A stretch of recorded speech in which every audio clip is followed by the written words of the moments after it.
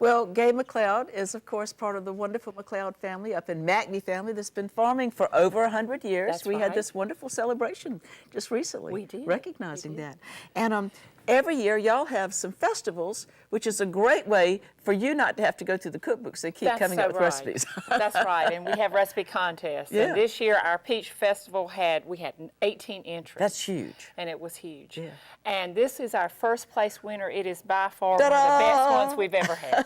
And you kind of had to go out there and go, and twist somebody's arm because some people are a little bit shy. That's right, and Melissa McCoy won our first place winner with Melissa McCoy. Melissa McCoy. And she won with this cake, and it is really a doozy. It's wonderful. Now, she is a native of McBee. She is. Isn't that fun? It is. We're excited to have her as a winner. You said this cake is too much trouble to make on the air, but that she has an incredibly detailed and precise recipe, so it's easy to do if you sit down and go through all the steps. So let's just give people kind of an overview. Okay. Well, the first thing, you make your cake batter, and you start off with 4 cups of peaches, and you marinate that with a little bit of honey, which I think is very interesting. Yes. You take 2 of those cups of peaches, and you're going to mix that with some buttermilk and set it aside. Then you're going to cream your butter. So the batter itself is going to have peaches in it? Yes. Oh, so that flavor You're is going to just cream in your everybody. butter and your sugar and your brown sugar, and you use a little bit of peach gelatin too with that. Oh, so even more enhanced flavor. That's right. And then you have your egg and your vanilla. And then the buttermilk. So 4 layers. That's going to make 4 layers. The buttermilk you alternate with your flour mixture, and it does make a big cake. Okay, great. Then you have a wonderful filling that is also made with peaches. And it has cream cheese and a little bit of milk and instant pudding, and you mix all that together and you make your you make that filling.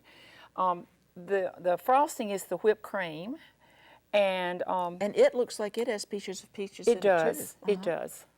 Also, you had a good idea about whipped cream. Well, I make a coconut cake with a whipped cream frosting, and you know how whipped cream, it's fine for a couple of hours, but then it starts to kind of seep and separate. Yes. And so I take some unflavored Knox gelatin and take a small amount of an envelope of that and dissolve it in a little bit of warm milk and add that to the cream when I'm whipping it, and it kind of gives some more oomph and That's integrity. right. A little bit stiffer, but not too stiff. Not too stiff. This looks great here, doesn't it? Yes, it does. It looks wonderful. And then, of course, she has drizzled this blackberry. It's like a blackberry jam that she has heated with a little bit of water, and she's drizzled that. And you know, I think what makes it so beautiful, the berries, of course, and look at the blackberries that y'all are growing. I know, we this year. have some big blackberries this year They're at this pretty big time of year. blackberries. And of course, Melissa got them at our farm. And but also I think the fact that she left the beautiful red skin on the peaches adds to the beauty of the cake. And we're going to cut it in a few minutes. I know, I can't wait. But let's go down to our pie now. We made a pie, and this is called a cream peach pie, and it's a little different from your regular cobbler. Which is what we kind of associate when we think of a peach pie, or just a regular pie crust That's pie. right. This one's pretty different. It is different. You And I start think this off- too was by a local person. It was. Sharon is a local person, Sharon Hudson, and she lives between McBee and Hartsville. Okay, well, we're going to claim her as McBee That's this right, year. we will. Okay. You start off with dry ingredients and liquid ingredients. And it has vanilla pudding, is that correct? Yes, it does. The dry ingredients, it's a regular vanilla pudding Not the and some instant. flour and a little bit of salt and baking. And you add that to your liquid ingredients, which is butter, milk, and you're going to add that together. Oh, so you've so already we have stirred that up. combined it Okay. and stirred it up, and that's what this looks like. It's butter, egg, and milk. And now you put on your layer of peaches. So we're going to take some peaches, and these are not sugared, but there's enough sugar in this recipe that you really don't need to sugar your peaches. And you know, this so goes- many things that we come up with sometimes are just overwhelmingly sweet. Yeah. And this way we can actually taste the flavor of the peach. That's right. Because we haven't overwhelmed it with so much sugar. That's right. It's a very interesting because the next thing we're going to do is add cream cheese to this. That's an unusual topping, isn't it? It is. Considering that, because this is going to be, we're going to bake it. Because the bottom has a lot of flour in it, so That's we have right. to bake it. Yeah.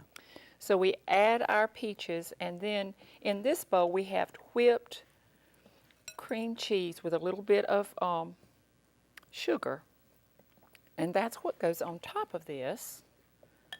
to sort of make our the crust. I guess we call it the crust. And of course, with these lights, this is going to be a little bit different than it will be at your house when you whip it light. It needs to be whipped a little bit more, probably. And this goes on, and we're going to spread this around a little bit.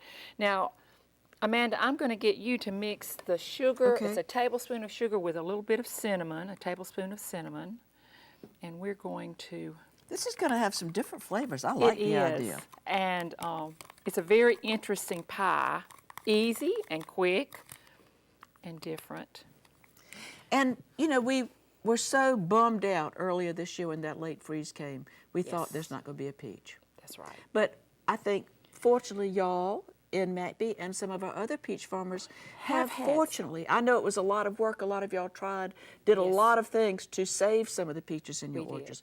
But the peaches that are here, the quality and flavor is absolutely unsurpassed. There's nothing that, they weren't affected at all. They have been good this year. They've been really good. So the ones that made it, the flowers that made it, did just fine and made wonderful peaches. So what you do is you get this spread a little bit better, and you just put a little bit of the cinnamon mixture on top. Okay. You cook it for 30 minutes, and this is the way the pie looks. And I think that is this just is the way it awesome, turned. Oh, it just awesome looks beautiful. Very nice. And you said even though it's simple, in its own way, it's every bit as elegant and tasty as this magnificent cake. Yeah. And so you keep both of these in the refrigerator? Or yes, you can. You do? Okay. Okay. Yes, And at the end of the show, we're going to come over and taste them. Yes, we are. I'm going to cut us a piece. And so we know that peaches keep coming in how long, Gaie? Well, usually we have peaches until Labor Day, but this year I don't think they're going to last as long. You know, not only did we have a cold snap freeze, but we also had a very warm winter. And so some of the peaches... so some of it has made a difference. We are running a few weeks early. Okay. In fact, Big Reds are next week. No. My son just told me tonight, he said, look forward to Big Reds, maybe the weekend. Wow, So that is early. And then how long can we count on having some of these wonderful big Zumba fellas? A few more weeks. A few more weeks of those too. So, so I encourage all of you, always try to shop with your local South Carolina certified roadside stands and people. Shop local. Yeah, shop local and enjoy the wonderful produce that people are working so hard to produce for you and your family to enjoy. And we want to thank you for all the things that y'all do up there in McBee, and also for when you come down and visit us on Making It Grow. Thank you. And just remember, pumpkin season is around the corner. And tell me about the corn maze, too. We're going to have 3 corn mazes this year, 2 big ones and 1 small one for the children. And I think Spencer and Kemp are going to announce what we're going to do in about 2 weeks. Well, if you let us know, we'll share it with our viewers. That'll be fun. A little corn maze sounds about my speed sometimes, too, Gaie.